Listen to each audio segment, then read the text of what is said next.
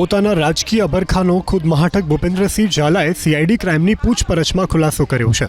Bhupendrasinh ઝાલાને cabinet મંત્રી બનવાનો અભરખો હતો. ભૂપેન્દ્રસિંહ ઝાલા 2027ની વિધાનસભા ચૂંટણી લડવા માંગતો હતો. તેને હતું કે તેને 2027માં ટિકિટ મળશે, તેથી જ તેણે લોકસભા સમયે કરેલી અપક્ષ ઉમેદવારી પરત ખેંચી હતી. પરંતુ તેના ચૂંટણી લડવાના અબરખા એમના એમ રહી ગયા. તો બીજી તરફ સીઆઈડી ક્રાઇમે ભૂપેન્દ્રસિંહ ઝાલાને આશરો આપનાર કરણસિંહની ધરપકડ કરી છે. ભૂપેન્દ્રસિંહ ચૌહાણ વિસનગરના દવાડા ગામે કિરણસિંહ ચૌહાણના ફાર્મ હાઉસમાં રોકાયો હતો.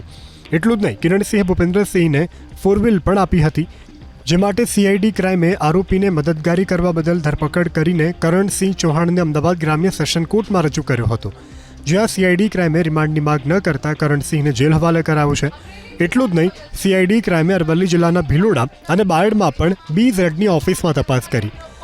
ભિલોડામાં લીલ સાગર કોમ્પ્લેક્સમાં આવેલ ઓફિસનું લોક કાપી અને સીઆઈડીની ટીમે સીસીટીવીનું DVR, બાયોમેટ્રિક, એટેન્ડન્સ મશીન સહિતની વસ્તુઓ જપ્ત કરી. જ્યારે બાયડ ઇલેક્ટ્રિક્સના શોરૂમમાંથી તપાસ કરી. બાયડની ઓફિસની એજન્ટ આરતી જયસ્વાલ 1 મહિનાથી ગાયબ છે, જેની પણ પોલીસે શોધખોળ શરૂ કરી છે.